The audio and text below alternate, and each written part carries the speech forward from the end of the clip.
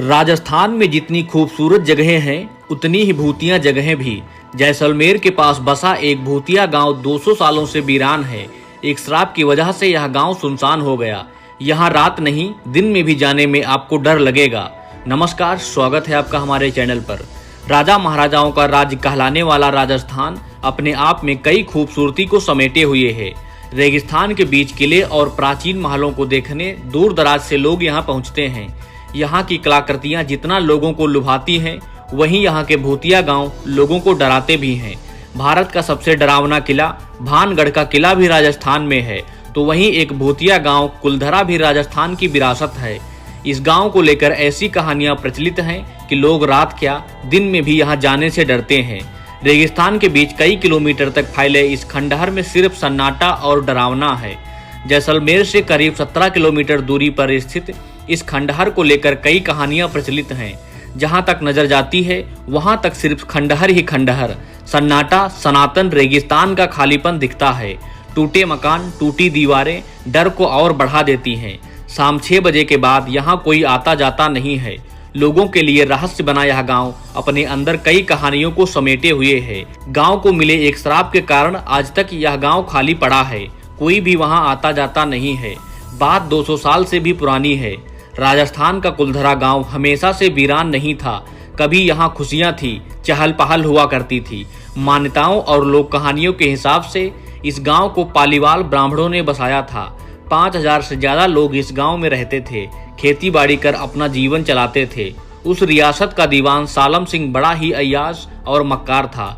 उसकी गंदी नजर गांव के प्रधान की खूबसूरत बेटी पर थी। दीवान उस लड़की के पीछे इस कदर पागल हुआ कि वो किसी भी हद तक गुजरने को तैयार था। उसने गांव वालों को संदेश पहुंचाया कि वो लोग लड़की को उसे सौंप दें, वरना अंजाम बुरा होगा। सत्ता के मद में चूर दीवान ने लड़की को पाने के लिए धमकी दी कि अगर गांव वालों ने पूर्णमासी तक उसे वो लड़की नहीं सौंपी तो वो हमला कर लड़की को उठा ले जाएगा, गांव वालों से दुगना लगान वसूलेगा। दीवान की धमकी के बाद गांव वाले लड़की की सम्मान में एकजुट होकर उसके खिलाफ खड़े हो गए।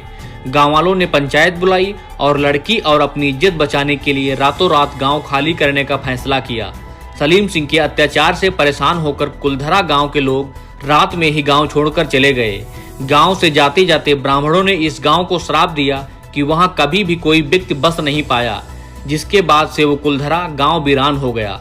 लोगों का मानना है कि कुछ लोगों ने इन कहानियों पर भरोसा नहीं कर वहां बसने की कोशिश भी की, लेकिन उनके साथ अनहोनी हो गई, जिसके बाद से फिर कोई भी वहां नहीं पहुंचा। कहा जाता है खाली पड़े गांव में रूहानी ताकतों का कब्जा है। वहां रहने वाले पालीवाल ब्राह्मणों की आहट आज भी वहां सुनाई देती है। महिलाओं की चूड़ियां, पायलों की आवाजें रात में सुनाई देती हैं। सरकार ने भी इस इलाके को बसाने की कोशिश की, लेकिन नाकाम रहे। कुलधरा और उसके पास का गांव खाभा तमाम कोशिशों के बाद भी आज तक आबाद नहीं हुए हैं। ये गांव अब भारतीय पुरातत्व विभाग ने अपने संरक्षण में ले लिया है।